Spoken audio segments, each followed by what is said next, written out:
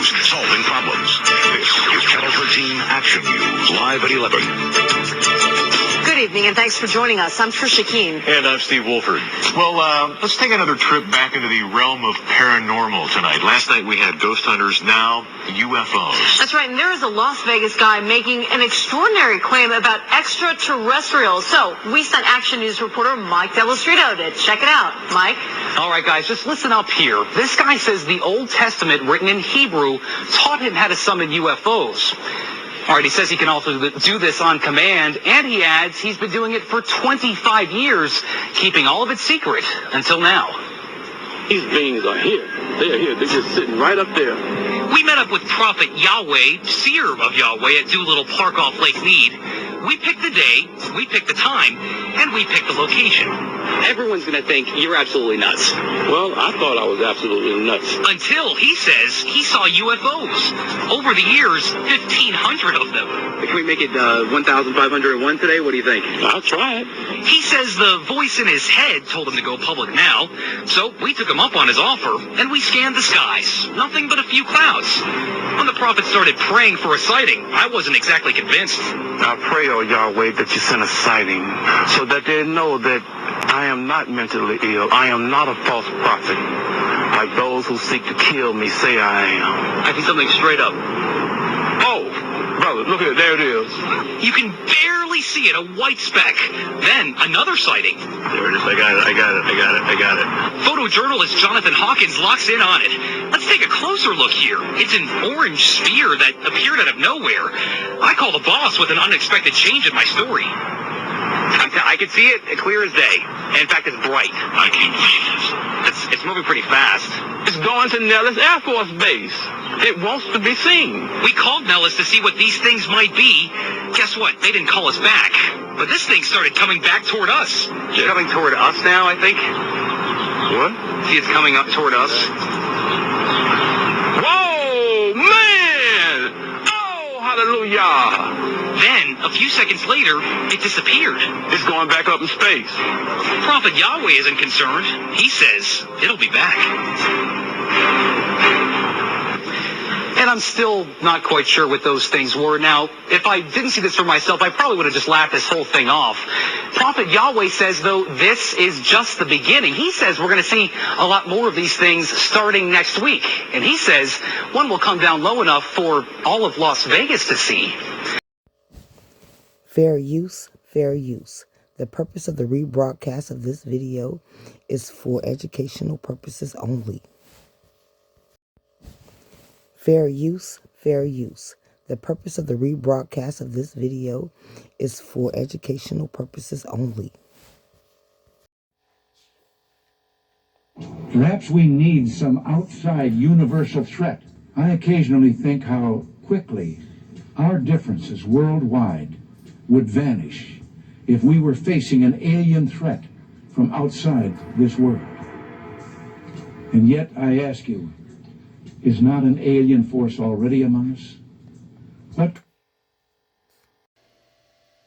tonight, we get a first look at a new documentary on UAPs and what government officials may know about top-secret programs on the subject. It features testimony from 34 high-ranking government officials.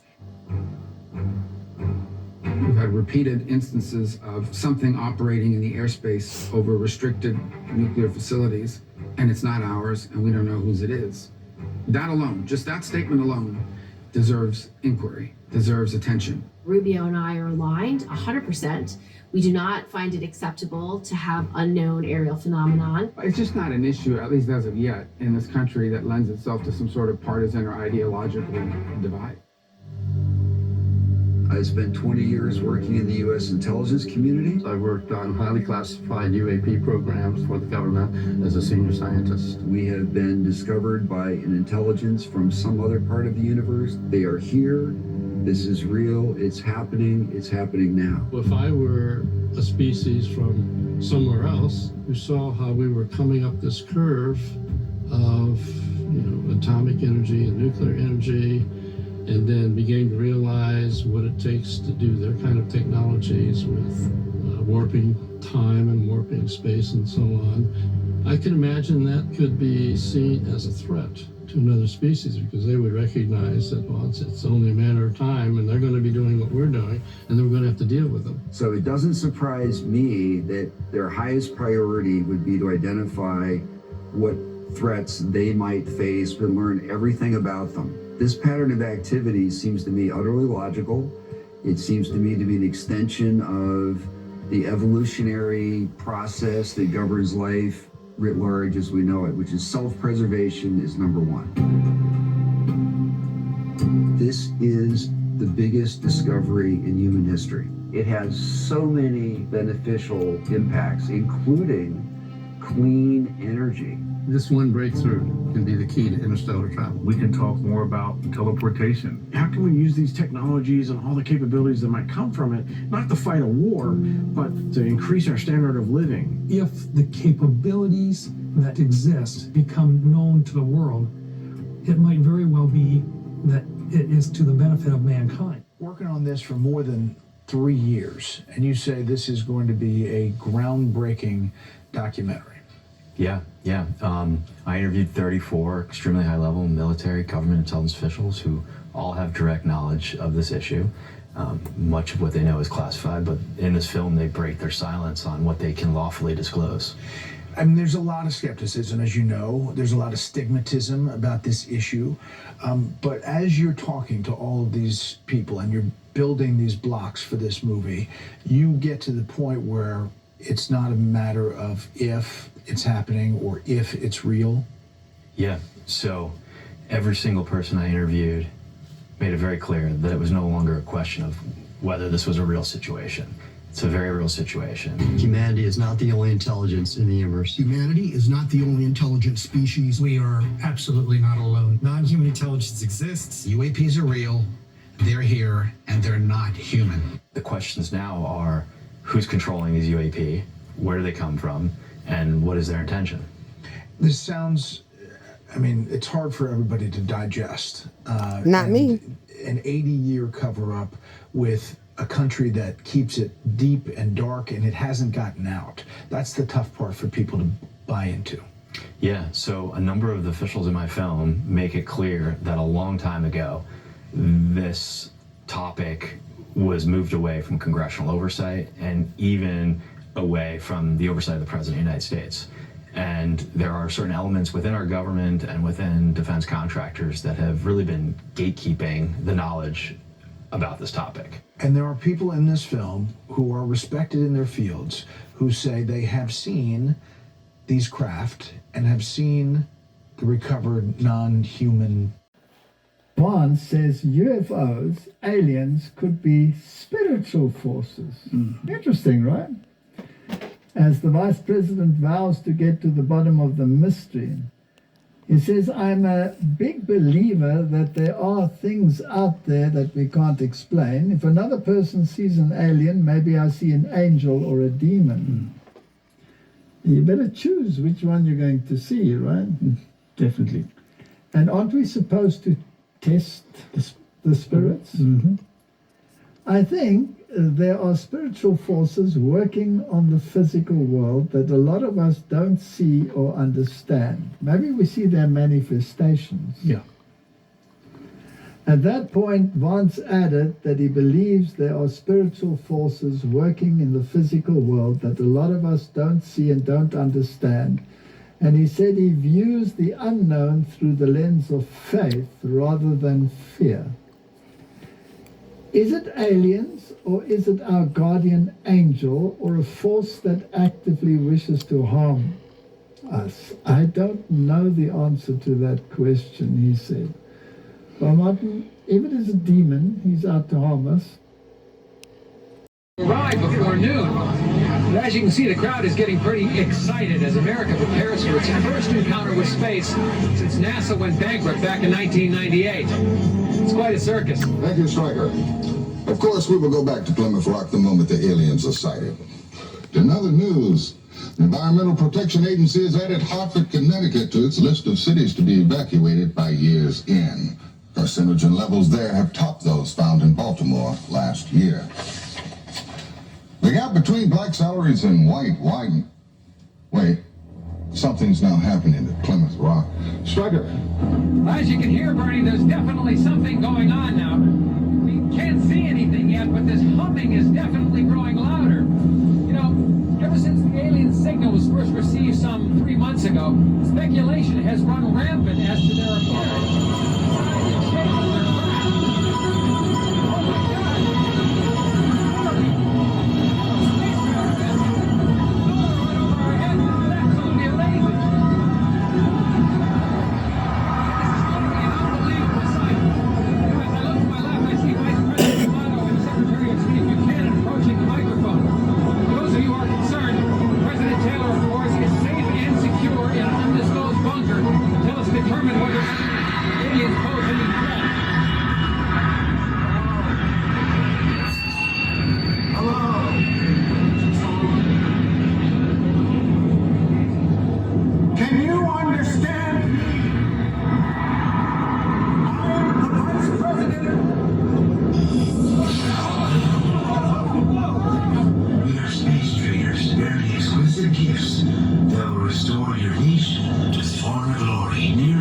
Quantities of gold and precious metals that will instantly erase your deficit.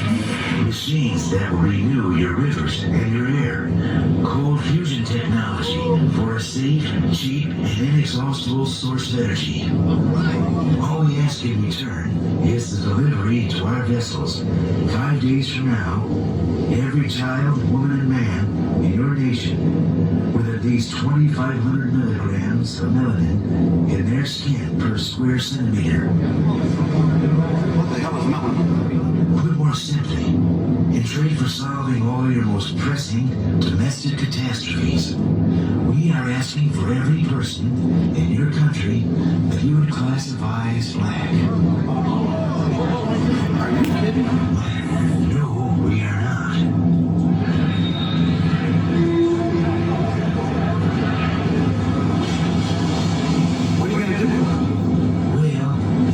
Concern you. We give you 5 days to decide, and the offer is non-negotiable. We will not try to coerce you in any way, yet I hope we can do some business together.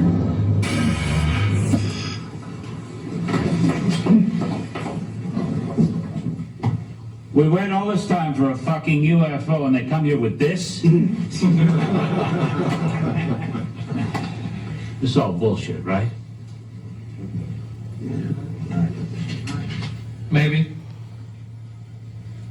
Maybe this day is going to go down in history. An end to poverty, end to pollution, cheap, unlimited energy for every American.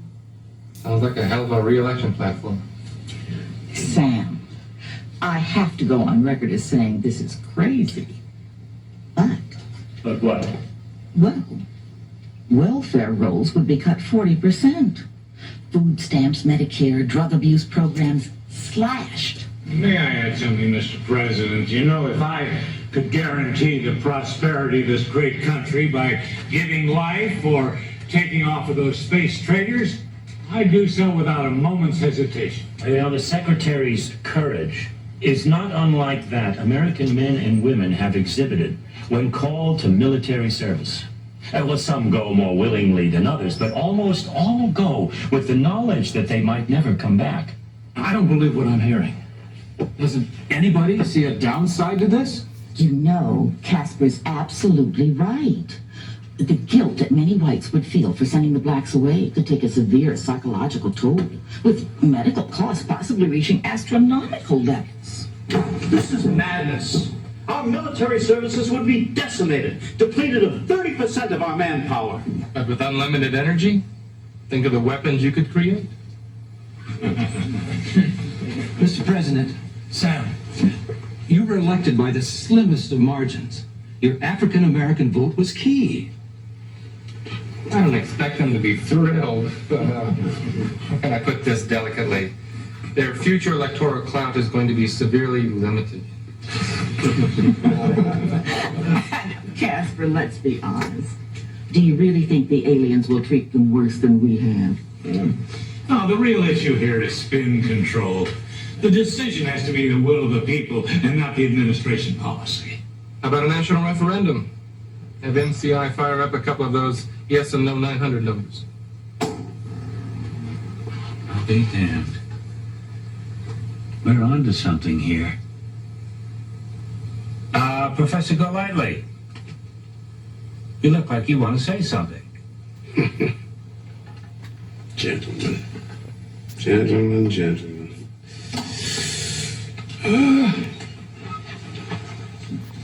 As you know, Mr. President, I have been a lifelong card-carrying Republican.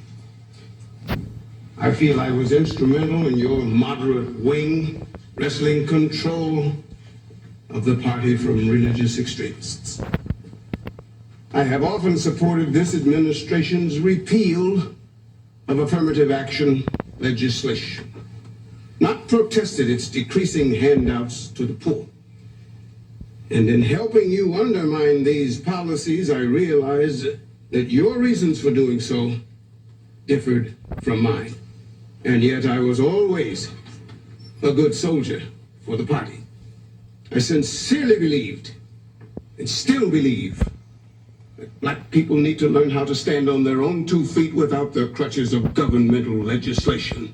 But I'm afraid I must protest in the strongest terms possible what I've heard in this room today. What is being proposed cannot be passed off euphemistically as selective service. At its best, it is group banishment. At its worst, it is utter and complete extermination. Oh, Professor, that's ridiculous. Wait.